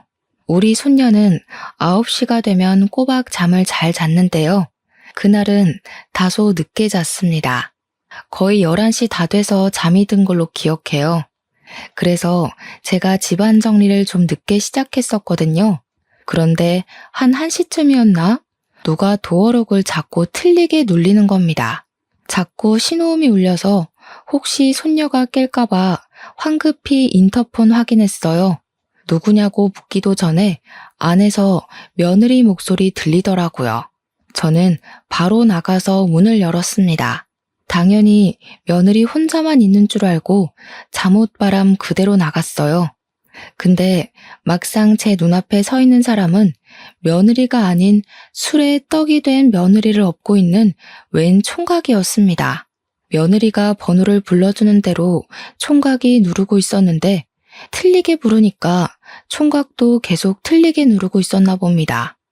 낯선 사람 등장에 제가 당황해서 주춤거리니 총각도 저를 보고 주춤거렸어요. 그러다가 총각이 곧 제게 인사를 하면서 자기가 우리 며느리 동창이라고 소개를 해주더라고요. 그러면서 방이 어디냐고 묻대요. 그제야 저도 당황스러운 마음을 정리하고 얼른 안으로 안내했죠. 고마워서 물 한 잔이라도 주려고 했는데 동창 총각은 괜찮다고 불이 나게 집을 나갔습니다. 며느리는 그제 기절한 듯 잠이 든 상태여서 옷을 갈아입히지도 못했네요. 그날은 며느리를 보면서 기분이 좀 찝찝했습니다. 그전에도 술을 진탕 마시고 와서 쓰러지듯 잠을 잔 적은 많았어요. 그게 당연히 회식 때문인 줄 알았거든요. 근데 그날은 동창한테 업혀온 거라서 많이 의아했어요. 그럼 매일 일하느라 늦는 것도 아니고 회식을 하는 것도 아니라는 소리잖아요. 그 사실을 알게 되니 기분 좀 별로더라고요. 자식이 없는 여자도 아닌데 퇴근 일찍 하면 딸이랑 시간 보내러 집에 좀 올 것이지. 겨우 생긴 시간마저 동창이랑 술 약속으로 보내버리다니. 제 입장에선 좀 많이 서운하고 이해하기 어려웠습니다. 그래서 다음날 아침에 일어난 며느리에게 물을 수밖에 없었어요. 며느리는 어제 입은 옷 그대로 얼굴 정리도 안 하고 나와서는 물을 마시더라고요. 거실에서 제가 손녀 밥을 먹이고 있었는데 그건 하나도 궁금하지 않는 태도였습니다. 그저 자기 배만 문지르면서 국 하나만 끓여주면 안 되냐고 저한테 부탁하더군요. 무슨 술을 그렇게 먹었니? 듣자 하니 동창이랑 만나서 술 한잔 한 것 같던데. 그날은 일이 일찍 끝났던 거야? 그럼 다른 약속 잡지 말고 집에 오지 그랬어. 아, 어머님 들으셨구나. 일이 일찍 끝났다기보단 동창이 저희 회사랑 계약한 하청업체 직원으로 있더라고요. 반가워서 따로 만났어요. 앞으로 잘 부탁한다고 인사도 할 겸요. 그러니? 일 얘기했다면 뭐라고 못하겠다만 아무리 그래도 그렇지. 애엄마인데 술이 떡이 돼서 외간 남자한테 업혀오는 건 좀 아니지 않나 싶다. 그러다 무슨 일 생기면 어쩌려고 그래. 아이 엄마가 조신하지 못하게. 어머, 제가 그랬나요? 죄송해요. 한 번도 그런 적은 없었는데. 오랜만에 동창 만나서 저도 모르게 너무 애처럼 굴었나 봐요. 정말 죄송합니다. 며느리는 당황하면서 제 앞에서 고개를 숙였습니다. 자신의 실수를 전혀 기억 못하는 얼굴이었어요. 아무것도 모르는 애한테 제가 뭐라고 더 얘기를 하겠습니까? 앞으로 조심하고 술 좀 조절해서 마시라고만 한 뒤 얘기를 마무리했습니다. 그러나 사람은 고쳐먹는 거 아니라고 아니 땐 굴뚝에 연기가 나겠습니까? 그날 며느리의 아슬아슬했던 실수가 가정 불화의 시작에 불과했다는 걸 진작 알지 못해서 화를 피하지 못했는데요. 며느리에게 진심 어린 사과를 받고 나서 며칠 후의 일이었어요. 며느리 전화로 며느리 차에 라이트가 켜져 있다는 전화가 온 겁니다. 그날도 며느리는 술에 떡이 돼서 집에 왔고 늘 그랬던 것처럼 기절해 있었어요. 그래서 제가 며느리 전화를 대신 받아서 며느리 차 키를 들고 손녀까지 업고서 내려갔죠. 며느리 차에 올라타 라이트를 끈 뒤 바로 내리려고 했습니다. 그런데 그때였어요. 어디서 자꾸 메신저 알림 소리가 울리더라고요. 무시하고 내리기엔 계속해서 울리는 것이 끈질기게 제 발목을 붙잡았어요. 대체 뭔가 싶어서 차 주변을 둘러봤습니다. 그러다 조수석 바닥에서 웬 휴대폰이 엎어져 있는 걸 발견했죠. 그건 당연히 집에 퍼질러져 있는 며느리 휴대폰은 아닐 거라 생각했어요. 배달가 있는 우리 아들 것도 아니라고 생각했고요. 그렇다면 이 휴대폰의 주인은 며느리 지인의 것인가?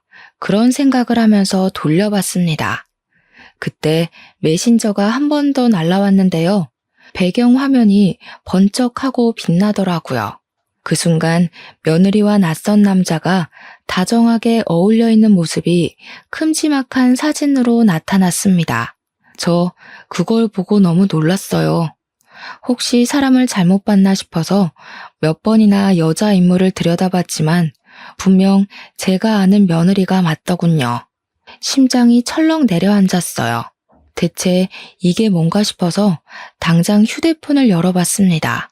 다행히 비밀번호가 없어서 열어보는 게 가능하더라고요. 그리고 그곳에서 저는 그동안 몰랐던 며느리의 실체를 알게 되었어요. 일단 제가 발견한 그 휴대폰은 며느리의 것이 맞았고 며느리의 숨겨진 다른 휴대폰인 듯 했습니다. 휴대폰에 담긴 정보 안에서는 평소 수녀 같기만 하던 참한 며느리의 이미지가 아닌 180도 반대되는 낯선 여자의 모습들이 가득했어요. 며느리가 우리에게 숨겨왔던 불륜의 취향, 불륜의 현장이 무궁무진하게 펼쳐져 있었습니다. 그리고 대화방에는 무슨 차장님, 부장님, 후배님 등등 직위 이름으로 채팅창이 나뉘어 있었어요. 왜 이런 불륜 가득한 휴대폰에 며느리 회사 사람들이 담겨 있나 싶어서 눌러봤거든요. 불편해서 칭얼거리는 손녀까지 살살 달래가며 그 자리에서 다 읽어봤는데요. 저 정말 정신 나갈 뻔했습니다. 며느리가 출산하고 나서 승급한 이유가 여기에 있었더라고요. 며느리는 개인 업무 능력으로 승진을 한 것이 아니라 부장님, 차장님 등등 직위 높은 사람들에게 몸을 쓰면서 개인적인 흑심을 산 거였어요. 그걸로 모자라 며느리는 자기보다 후배인 직원들과도 아주 바쁘게 바람을 폈는데 젊은 남자들과는 한 자리 얻기 위해서라기보단 그냥 애인으로 지냈더군요. 그러니까 며느리는 나이 많은 남자를 통해 자기 미래를 보장받으려 했던 거고 어린 남자를 통해선 대접받고 싶은 욕구를 채운 거였어요. 아마 가정에 대한 욕심이나 심리적인 안정감도 놓치지 않고 싶어서 결혼을 했던 게 아닌가 싶어요. 며느리에게 어떤 마음이 우선이었는지 모르겠지만 뭐가 됐든 며느리와 결혼을 했다면 결국 끝은 파국이 될 거라는 게 중요한 중점 아니겠습니까? 모든 사실을 알게 된 저는 너무 혼란스러워서 입을 틀어막고 울음을 터뜨렸습니다. 그동안 며느리를 믿고 지냈던 수년의 세월이 필름처럼 지나갔어요. 단 한순간도 며느리에게 진심이 아니었던 마음이 없습니다.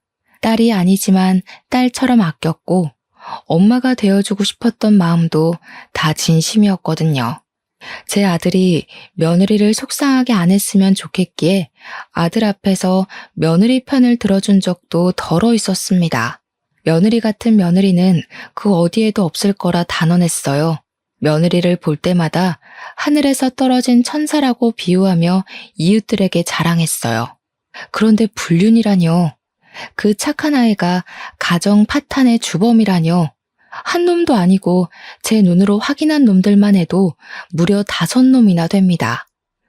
며느리에게 상간남이 있다는 것도 충격인데 한 번에 발견된 놈이 5명이나 될 때 다들 기분이 어떠시겠어요?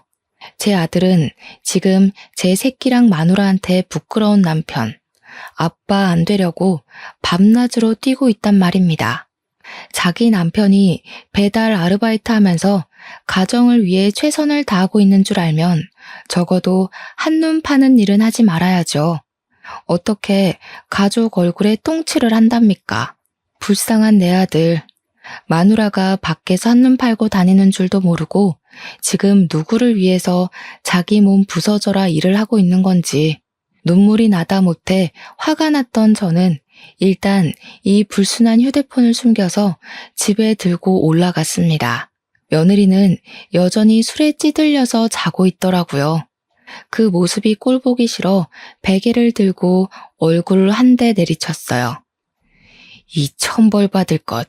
내 손녀 절대 너한테 안 보낸다. 내가 지옥 불구덩이에 떨어지는 한이 있더라도 니년 다 망가지는 꼴 꼭 만들 거야. 감히 우리 아들이랑 우리 손녀 얼굴에 먹칠한 거 가만 안 둘 거다. 그대로 며느리한테 베개 던져주고 방을 나왔습니다. 술에 취해서 아무것도 모르는 걸 알기 때문에 과감하게 저질렀던 행동이죠. 예상대로 며느리는 아무것도 모르고 아무 일도 없었다는 듯 고상한 척하며 출근을 했습니다. 저는 평소처럼 며느리의 식사를 챙겨줬어요. 일단 이 사실을 어떻게 해야 할지 몰라서 티를 내지 않기로 했거든요. 아들한테 말을 하고 싶은데 혹시라도 아들이 이 사실 알고 상처받아서 나쁜 선택이라도 할까봐 이걸 밝히는 게 맞는지 아닌지 고민이 되더라고요. 한참 생각하다가 결국 결정한 것이 전문가의 도움을 빌리는 게 좋겠다는 거였는데요. 저 여태 며느리가 줬던 용돈 안 쓰고 모으고 있었거든요. 그걸로 며느리를 위해서 나중에 쓰려고 했잖아요. 아무래도 변호사를 선임해야겠다는 생각이 들더라고요. 저는 바로 변호사 사무실을 알아봤고 제법 유능한 사람으로 구해서 찾아갔습니다. 제가 갖고 있는 증거물 제출했어요. 무려 5명이나 되는 며느리의 상간남 존재에 변호사도 놀라더라고요. 변호사 말이 사실 이 정도면 굳이 몰래 소송하지 않더라도 며느리가 맞고소할 수 없다고 확언하는 겁니다. 전문가 말을 들으니까 너무 안심이 되었어요. 그제야 저는 용기 내어 아들에게 알리기로 했습니다. 엄마는 아들 선택에 맡길 거야. 그런데 아들, 네가 딸 생각한다고 이혼을 보류하는 결정은 안 했으면 좋겠어.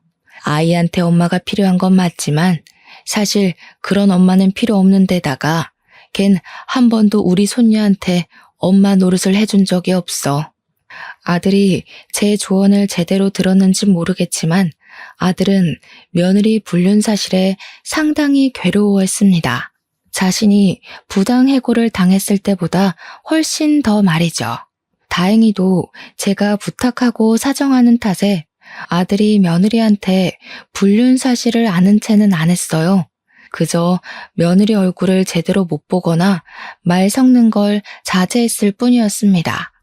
아들의 이혼 고민이 늘어갈수록 아들의 차가운 반응도 늘어가니 그에 따른 며느리의 불만 또한 같이 생길 수밖에 없었는데요. 하루는 며느리가 출근 전 제 곁에 와서 아들 흉을 보며 툴툴거리더라고요. 아무래도 취업이 잘 안 돼서 더 까칠해진 것 같죠? 그냥 집에서 쉬라고 해도 하여간 말을 안 들어요. 대체 누구 고집을 닮은 건지. 어머님이 나중에 다시 한번 말 좀 해주세요. 오토바이 그거 위험하기도 하잖아요. 창피해서 그런 거 아니고. 됐다. 취업이 안 되면 예민해질 수도 있지. 가족이라도 이해해줘야지. 안 그럼 어디 마음 기댈 곳 있겠어? 가족이라면 그런 의리는 있어야 되는 거 아니니. 저도 모르게 그날 난생 처음으로 며느리에게 퉁명스러운 말씨와 대답이 나가버렸어요. 며느리는 한결같았는데 제가 달라져 버린 거죠. 그냥 며느리 실체를 알아버리니까 감히 가족 내다버린 년 입에서 우리 아들 욕이 나오는 게 듣기 싫더라고요. 며느리도 제 기분이 안 좋은 게 느껴졌는지 당황하면서 어색하게 웃었어요. 제 눈치를 보더니 그 순간만큼은 더 순한 양처럼 행동하다가 출근했습니다. 그리고 그날 저녁이었어요.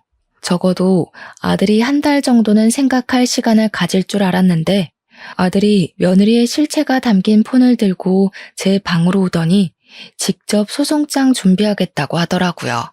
제가 휴대폰을 아들에게 줬거든요. 며느리를 용서해 줄 거면 네 손으로 직접 증거물 없애라고 말이죠. 그랬더니 아들이 도무지 며느리의 이중 생활을 눈 감아줄 수가 없었나 봐요. 저는 아들의 결정에 얼마나 가슴을 쓸어내렸는지 모릅니다. 안아서 장난감 물고 있는 손녀를 안으며 제대로 큰 결심을 했어요. 그리곤 바로 아들한테서 며느리 폰을 받아서 며느리 폰에 저장된 불륜남들에게 다 연락을 돌렸습니다.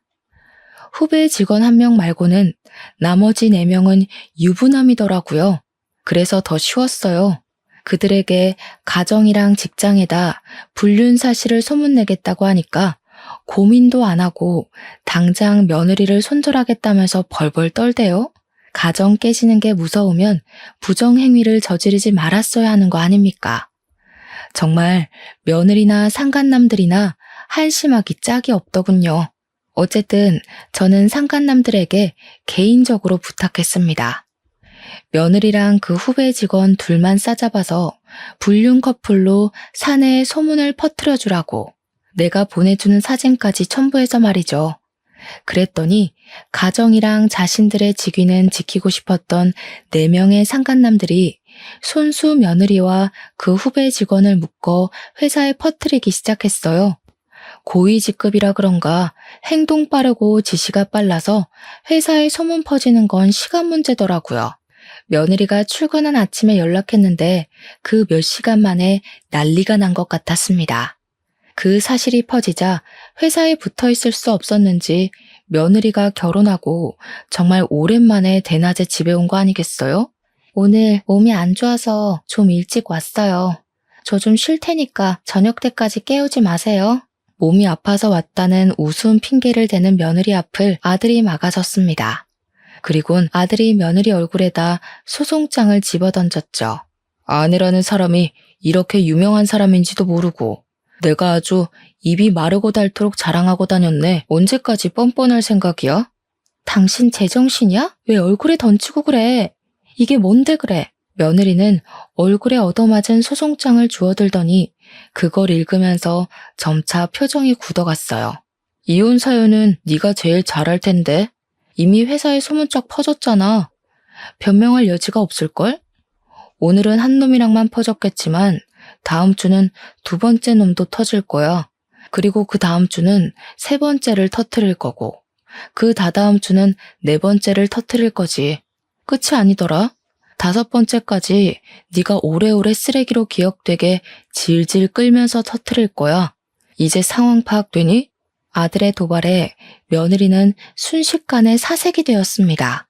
우리가 모든 걸 알고 있다는 생각은 못했었나 봐요. 자기의 실체가 들통나자 더 이상 발뺌 안 하곤 아들 앞에 바로 무릎을 꿇더군요. 갑자기 사죄까지 하기 시작했어요. 나 빨리 승진해서 우리 식구 잘 먹고 잘 살게 하려고 그랬던 거야. 우리 식구 부자 되면 이 사람들 다 청산하려고 했어. 당신한테만 정착하려고 했다고. 어머님은 제 마음 아시잖아요. 제가 어머님한테 돈 많이 드렸잖아요. 제 돈 받아먹고 모른 채 하시는 거 아니죠? 뭐라고? 내가 너처럼 돈이면 뭐든 다 되는 사람인 줄 아니? 나는 적어도 돈 때문에 걸레짝처럼 몸 굴릴 생각은 안 해. 어디서 몰상식한 소리라고 있어? 애 보기 부끄럽지도 않아? 당최 며느리는 평소 무슨 생각을 하고 사는 건지 마음이 조급하니까 정말 말도 안 되는 생각을 해 보이더라고요. 자기 자식보다 자기 앞날을 더 중요시 여기는 태도를 보였는데요. 아직 엄마 소리도 못하는 아기를 가리키면서 울분을 토하는 겁니다. 저 조그만 게 알면 뭘 한다고요. 먹고 울고 똥만 싸는데 솔직히 아직까진 짐승이랑 똑같은 거 아니에요? 쟤만 아니었어도 이 지경까지 안 왔어요. 이렇게 급하게 결혼도 안 했을 거라고요. 너무 황당한 말이지 않습니까? 우리 아들이랑 며느리 6년 만에 결혼했습니다. 그 정도면 급하게 결혼한 것도 아니거든요. 심지어 임신 안 했다면 그 기간이 더 길어졌을 수도 있다고요. 게다가 어떻게 자기 자식더러 짐승이라고 얘기를 할 수가 있나요? 저는 오히려 그렇게 얘기를 하는 며느리가 더 짐승 같아 보여서 결국 못 참고 며느리의 귀싸대기를 날렸습니다. 그런데 그때였어요. 며느리의 망언에 아들은 저랑은 다른 뭔가를 깨달았나 봅니다. 갑자기 며느리 멱살을 잡더니 충격받은 얼굴을 하는 거 아니겠습니까? 그리곤 아들이 내뱉는 말에 저도 입을 틀어막고 말았어요. 애 아니었으면 결혼 급하게 안 했을 거라는 게 무슨 말이야? 설마 혜율이 우리 딸 아니야? 아들이 콕 집어 얘기를 하자 며느리 표정이 세차게 흔들렸습니다. 그리곤 당황한 며느리가 뭔 개소리냐며 생전 우리 앞에서는 안 쓰던 은어까지 쓰기 시작했어요. 누가 봐도 며느리의 거짓말은 거짓말로 보일 정도였죠. 화가 난 아들은 며느리를 강제로 끌고서 현관으로 향했습니다. 그리고 저 보고도 손녀를 데리고 같이 유전자 센터 가자고 해서 외출을 하게 되었어요.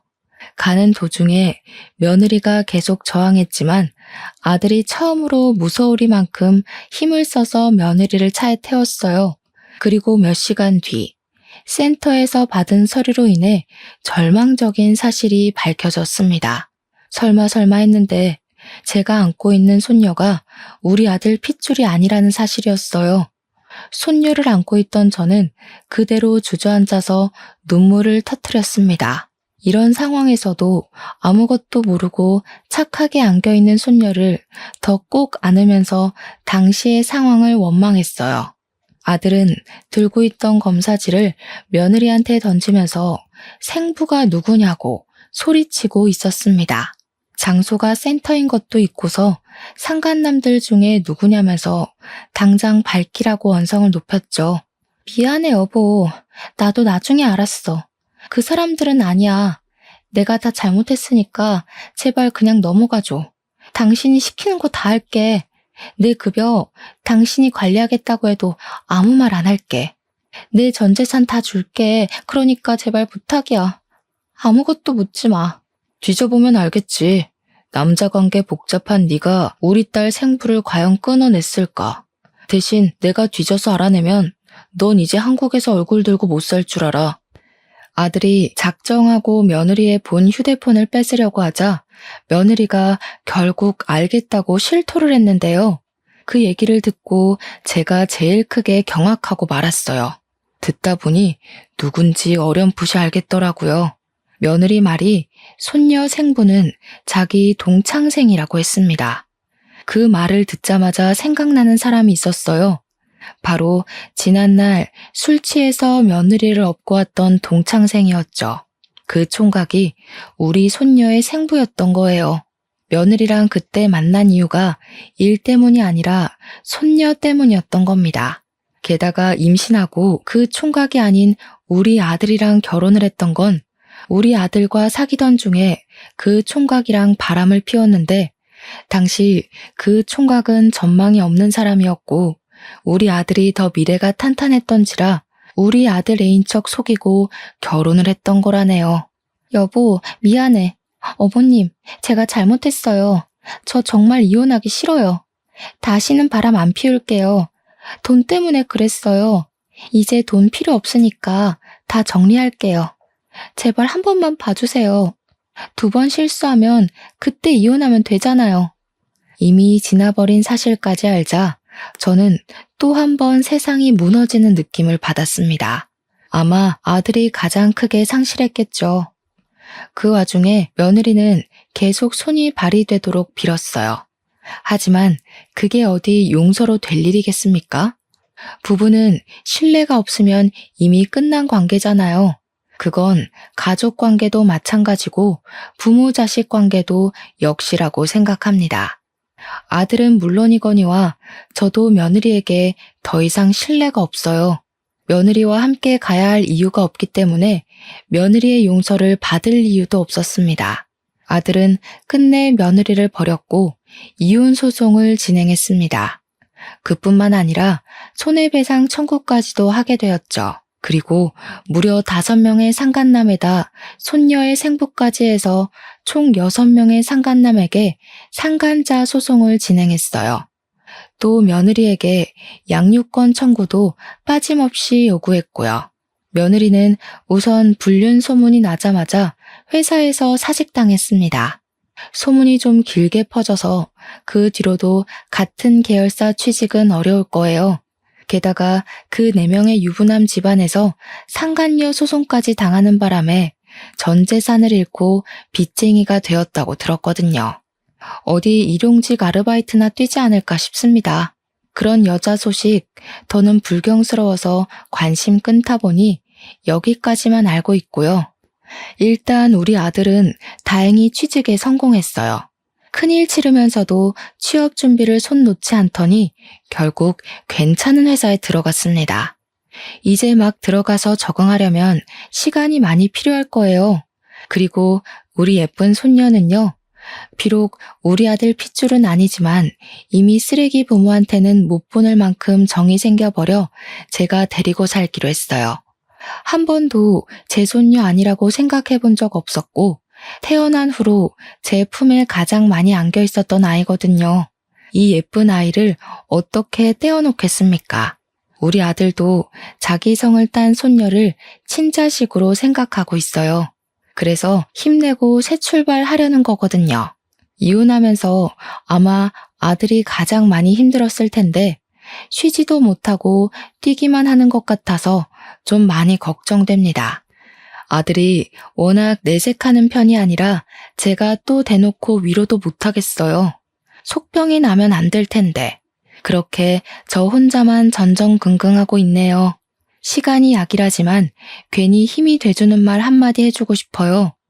혹시 부담스럽지 않은 조언이 있다면 한마디씩 알려주세요. 우리 아들이 보고서 내심 위로를 받을 수 있었으면 좋겠습니다. 아무쪼록 일이 잘 풀린 거라 생각하고 열심히 살아보도록 하겠습니다. 저도 우리 아들이랑 손녀를 위해서 건강관리 잘하면서 곁에 오래오래 머물러 보려고요. 긴 사연 여기서 끝마칠게요.